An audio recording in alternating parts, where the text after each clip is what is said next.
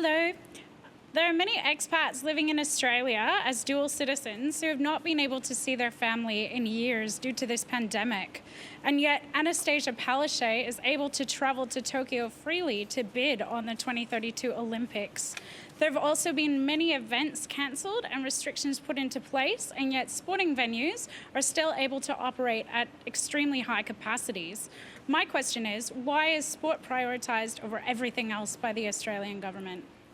Thanks so much for your question, Desiree. Sport prioritised over everything else by the Australian government. Astrid, how would you respond to that? I love that question. That is an absolutely fantastic question. I am a teacher and I believe greatly in the arts and literary events, theatre, so many of our other aspects of life are completely constrained with social distancing inside. Sport, I know sometimes stadiums are a bit outside and it is has a feel of this imperative in Australia. We must support sport, and I really genuinely don't understand why this happens. I suspect that someone on this stage is going to talk about the economic argument, and I understand that money matters, but excellent question. Phil Shorten? I think there was a couple of points in the question.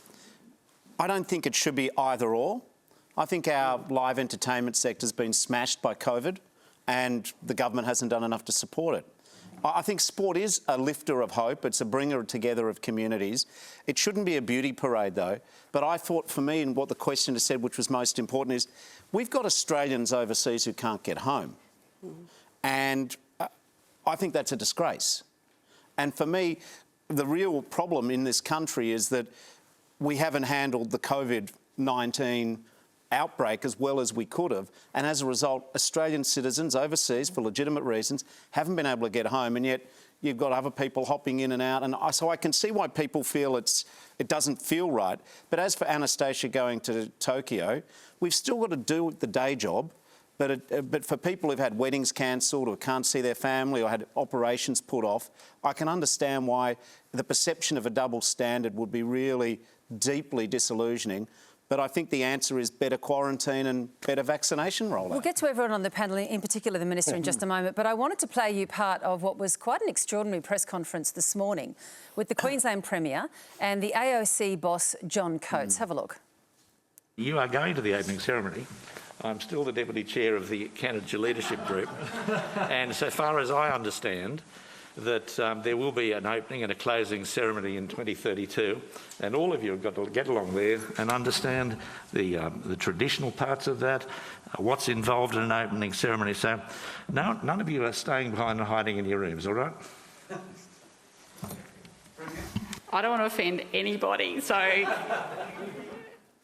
Is he just speaking fluent Olympic there, Libby Trickett, and we just don't quite understand that that's how you speak to premiers when you're the head of the AOC? Oh, look, I don't think it was necessarily the finest moment, especially just after the elation of being announced as the 2032 host Olympics, host city for the Olympics and Paralympics. I think... I guess from my perspective, I think it might have started with being teasy. I don't know what the word is, but it really has not been received well, to be honest. And I watched that exchange a couple of times today and felt in my soul that it was very uncomfortable for Annastacia Palaszczuk. I think she believes that she was doing the right thing in terms of perhaps not going to the opening ceremony, because a lot of people are a bit upset that she has gone over to Tokyo for this Olympic bid. And understandably, there's so many things that people are dealing with in their own lives at the moment. So yeah. I understand why people would be upset about that. So she's trying to limit her exposure, limit the trip, I guess, to just the essentials.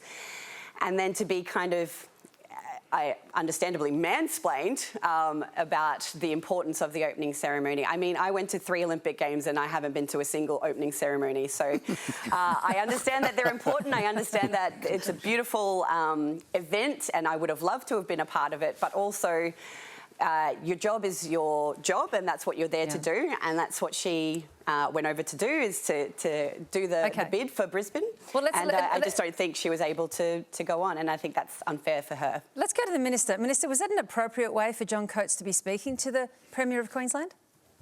Well, I certainly wouldn't have spoken to the Premier of Queensland like that. The actual attendance at the opening ceremony, though, I think is highly appropriate, because we have just been awarded the Olympics. We have been involved in a long bid process. Japan has been one of our closest allies in Asia for a very long time, and it would have been a major diplomatic insult if she didn't go. But the manner and the tone did come across to me as a bit menacing, a bit like a schoolmaster talking to a pupil. So, yeah, the politics and the optics is not good, but I agree with him, in fact, that, yeah, definitely the Premier and the Mayor of Brisbane, and I expect Senator Colbeck is probably going to be there as well. They're staying on for a few more days, it seems. Russell, Howcroft, can't you just send someone from your team to go along and have a look at the opening ceremony? Yes, you can. It was very interesting, wasn't it? Because I've watched it a lot of times. I thought we might be talking about it. I thought maybe there was maybe a little bit of inside baseball going on. In what way? Maybe there's conversations that had been occurring. I think there was almost an attempt at, not a joke, I'm not sure, but in the end the tone of voice... you think that was a failed attempt at a joke? Totally. In the end, the tone of voice is really odd, and obviously the crossed arms doesn't help either. I mean, that's just, shocking body language.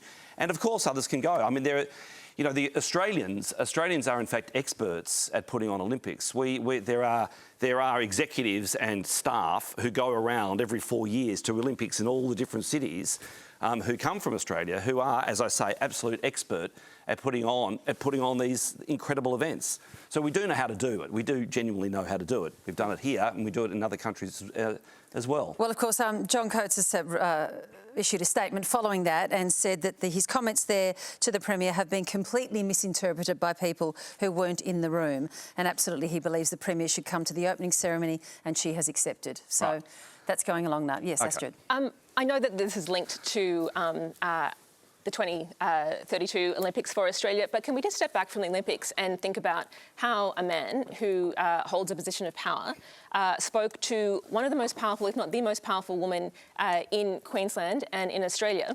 Not only did he mansplain her, he genuinely thought that he had the right to give her directions in public in that tone of voice. If that happens to a Premier who is certainly able to hold her own, imagine what happens to the rest of us, to women of colour, to migrant women, to people with disabilities. It is just not acceptable in our public discourse. Well, absolutely.